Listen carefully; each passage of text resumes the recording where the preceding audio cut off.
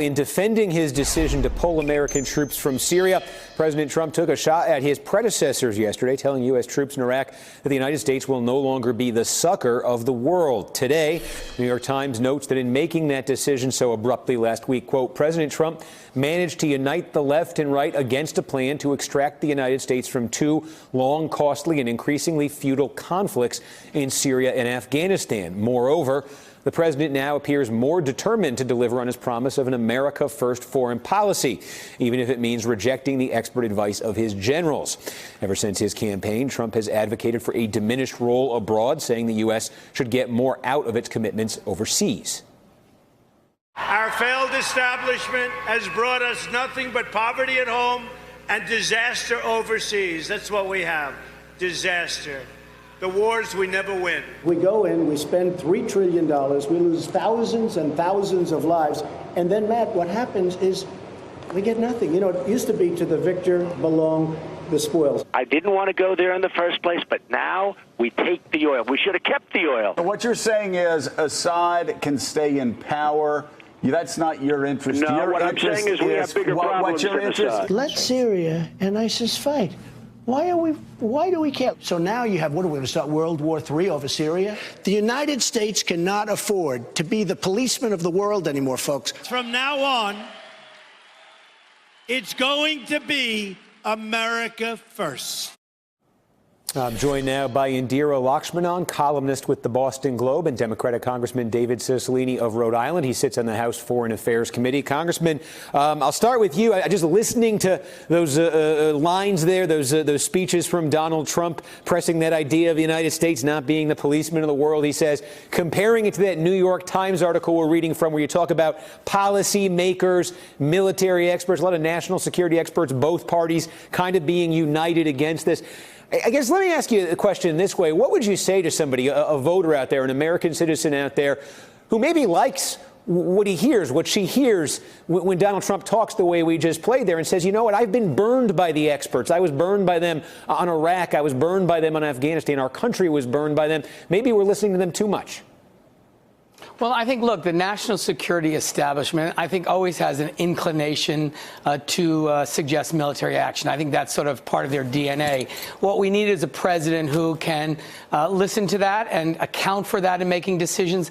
But the process is beneficial because it ensures that the president has the most complete and most accurate and most current information when making a decision. It's also important because it includes our allies so that they understand what we're doing.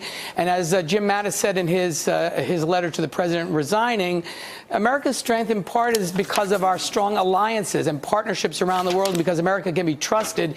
And so when you don't have a national security process that engages or at least alerts our allies, you undermine that as well. Well, talking about the process there, here was an interesting argument I read in The Week magazine from Damon Linker. He said that objections to Trump's decision to withdraw from Syria are more about process than policy, writing, quote, like everything Trump does, these decisions appear to have been made in an impulsive way without consultation with Congress, allies, or Pentagon advisors. It's what policymakers call process, but that isn't a reason, he says, to reject the policy shift. Damon Linker goes on to point out that, quote, process is good, but it doesn't guarantee wisdom.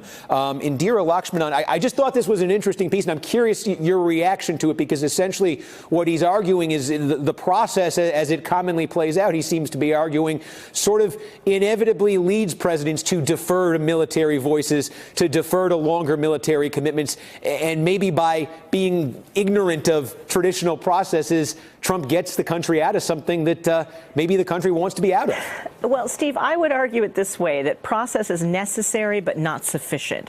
You need to have a process. The whole point of a democratic form of government, the way we do things, having a Congress who advises and consents, and having a cabinet that is there full of experts in an ideal situation to advise the president, is that you want the president to get good advice. I, listened to that incredible montage that you showed, and I was reminded of during the campaign, I think it was during a debate that then candidate Trump was asked, who are you listening to? Who do you take advice from? And he said, well, first of all, I listen to myself because I have a very good brain.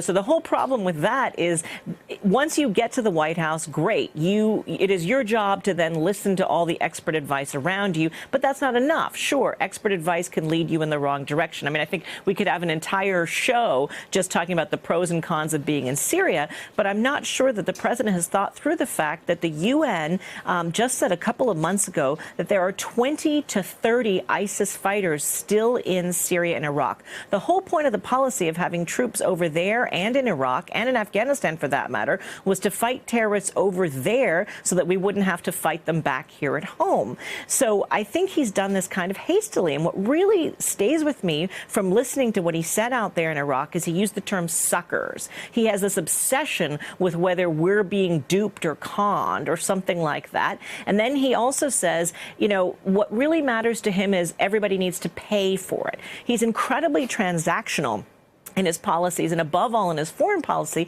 But what he's forgetting is that U.S. interests aren't just about money. It's also about values. It's also about the leadership and the voice that we've gotten to have in these last, 60 plus years post World War II. So I think he's throwing, a lot of baby out with the bathwater if all he's concerned about is the money that we spend on alliances and defense. Congressman, on this theme of process, I wonder, is there part of the process here or something that maybe ought to be part of the process that predates Trump that's part of this equation, too, and that is getting buy-in from the American public? I'm wondering how many people heard the news of what the president announced last week and said, wait a minute, we had troops in Syria? This wasn't something that went through Congress? I'm wondering if it's kind of news to Americans and if that's a critical piece here that's just been neglected.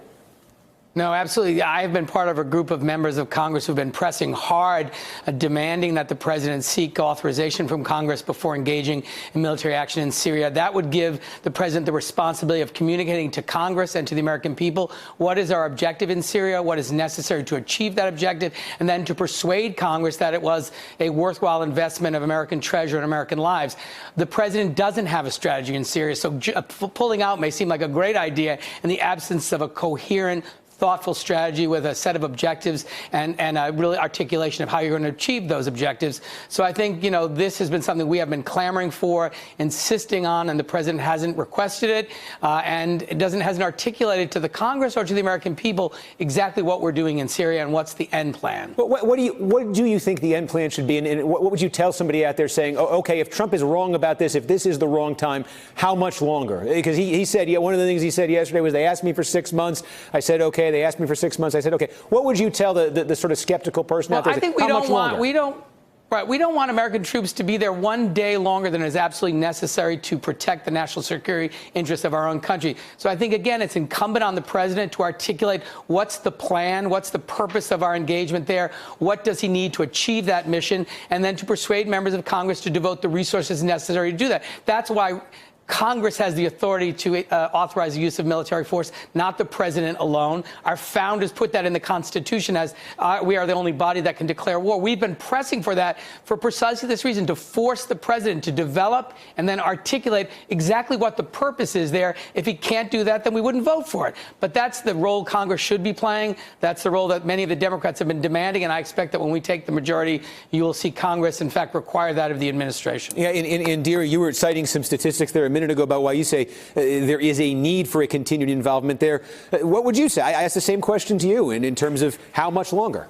Look, I think there are arguments on both sides, but I think it's interesting that the two countries that were really celebrating the U.S. announcement of pulling troops out of Syria were Russia and Iran. And what does that tell us? The president claims that he pulled out of the Iran nuclear deal because he doesn't trust Iran and he, doesn't trust their motives. Well, in fact, they are the biggest beneficiaries in a way, along with Russia, who's a big ally and supporter who's been propping up Bashar al-Assad's murderous regime all this time. So, there's that whole problem that he's not taking into account. I do think it's something that should have been discussed more with the American people, more with Congress, and deciding what are the pros and cons and lining them up. But I don't think that just pulling out willy-nilly is a great idea. And I just want to remind people, a lot of Americans may not realize that there was a group called Al-Qaeda in Iraq, and they were pretty powerful.